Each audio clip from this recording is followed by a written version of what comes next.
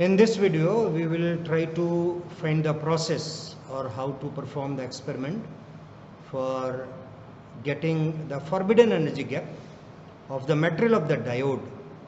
So, first we are going to understand the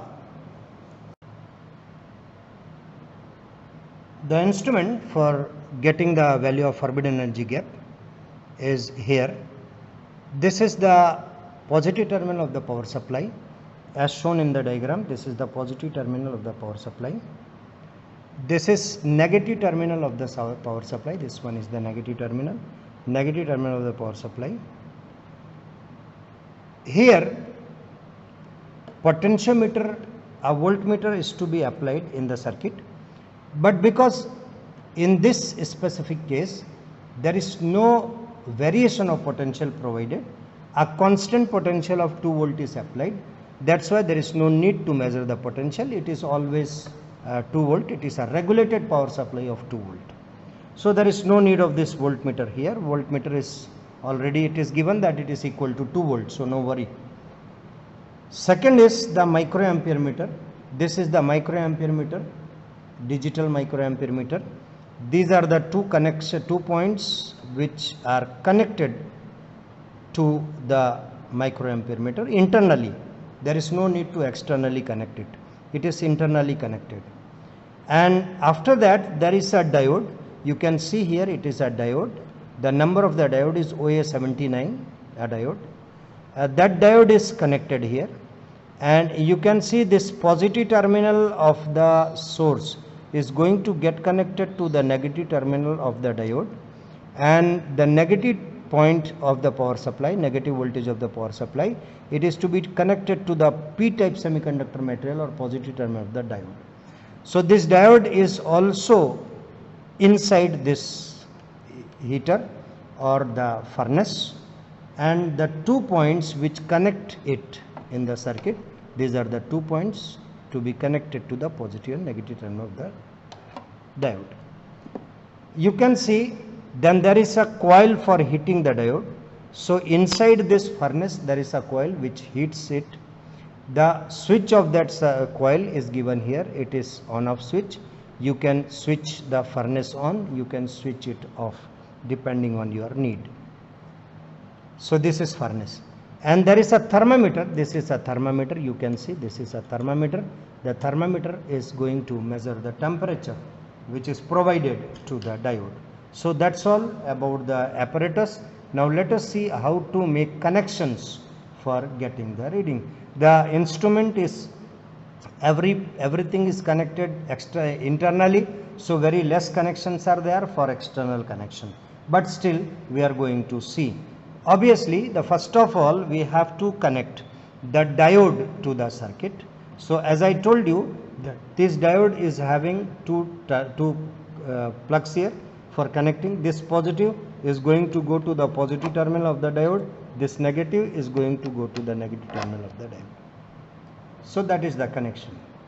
Second, which is to be connected is the source is to be connected to the circuit. So if the source is to be connected to the circuit, then obviously there should be a wire connection, external connection.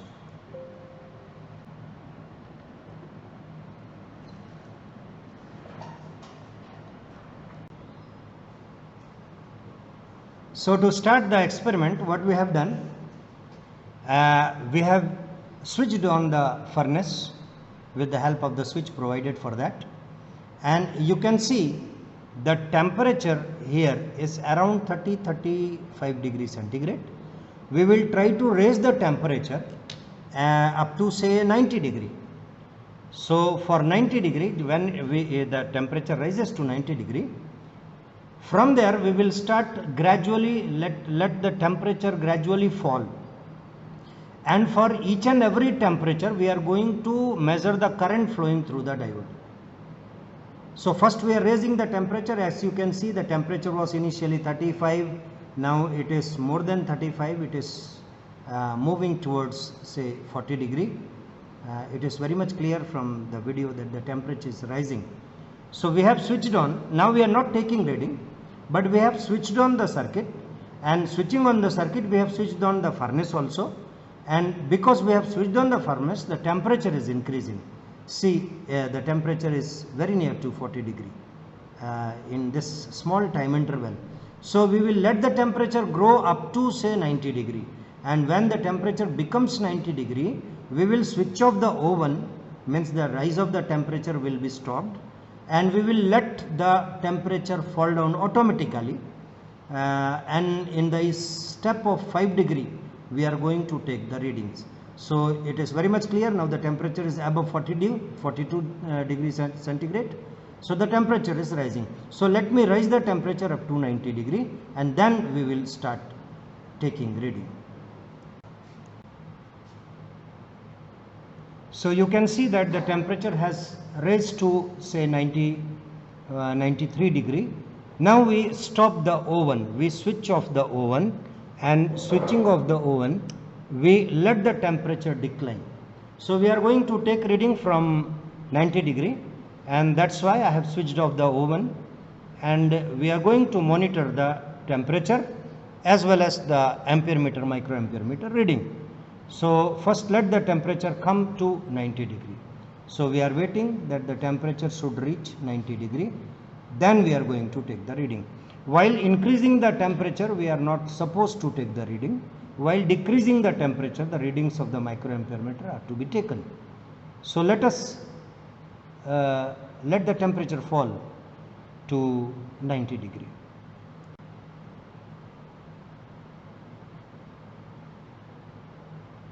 You can see the temperature is coming to 90. Exactly when it becomes 90 degree, we are going to take the reading of ampere meter. The current is say 150 microampere. Now you can see the temperature is coming very near to 85 degree. So second reading which we want to take is for 85 degree. So let the temperature come to 85, and then we are going to see the reading of the microampere meter.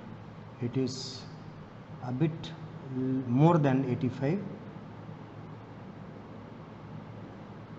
Yes, now the temperature becomes 80, and the reading of the meter, you can see it is 121.4 or 120 milliampere. Third reading I want to take at 81 degrees centigrade. So the temperature is decreasing from 81, it is coming to 80. So at 80 degree again we are going to take the next reading of the microampere meter. Now the temperature is 80 degree, we are going to take reading of microampere meter.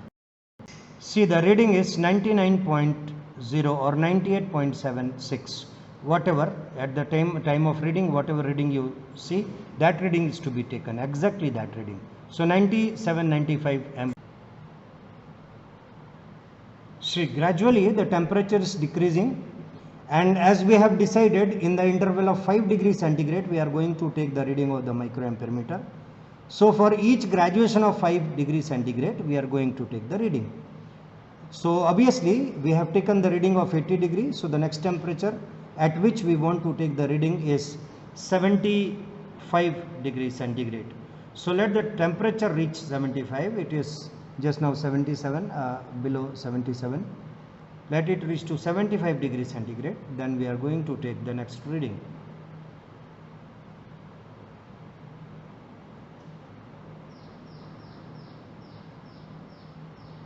The temperature is 76, below 76. It is moving towards 75.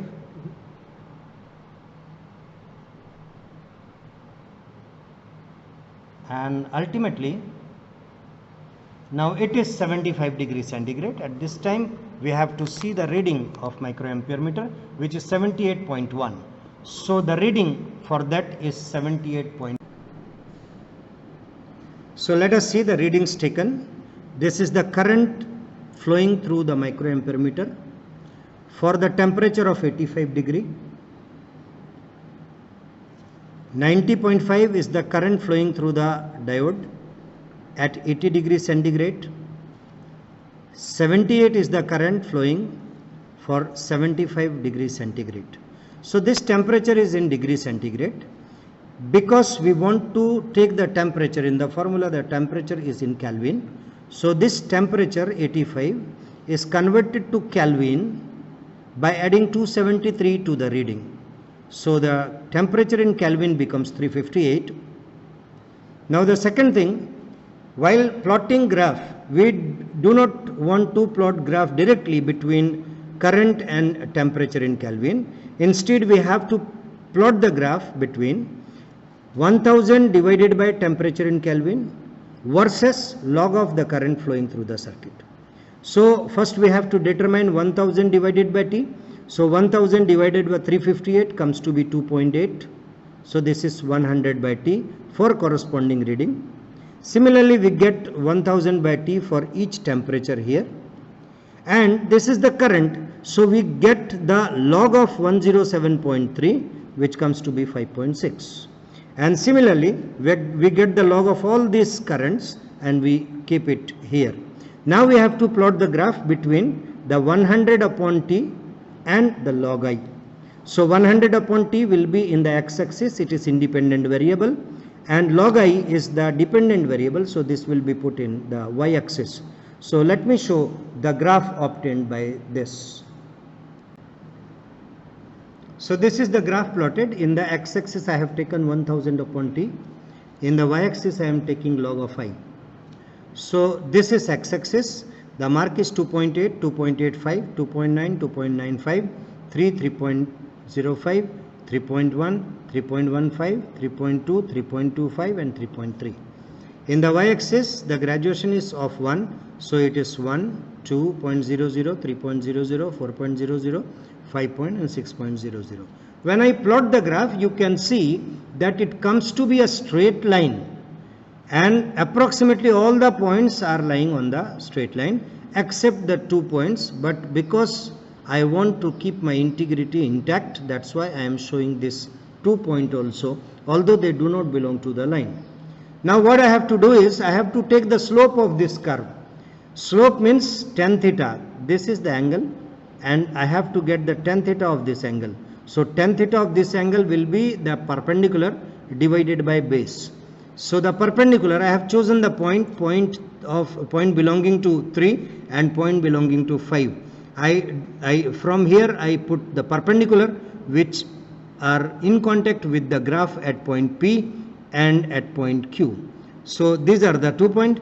Now from these points I drop perpendicular on the x-axis. So obviously they touch the x-axis at 2.962 and 3.25.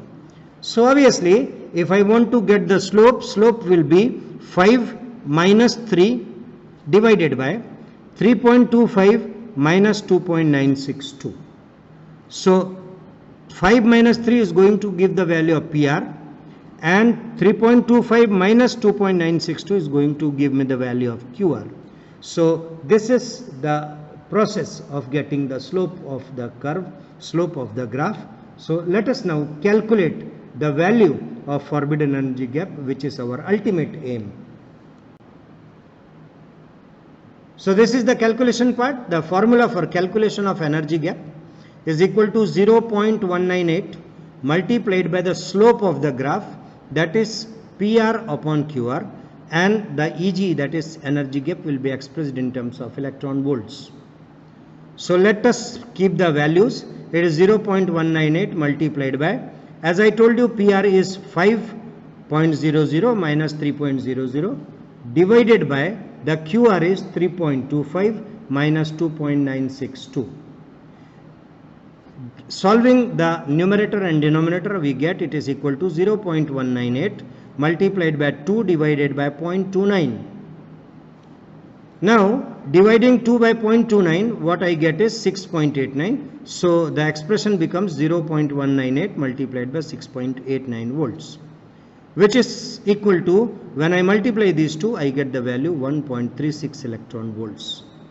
For silicon, the energy gap of the semiconductor material is 1.2, and what we are getting is very close to it, that is 1.36 electron volts.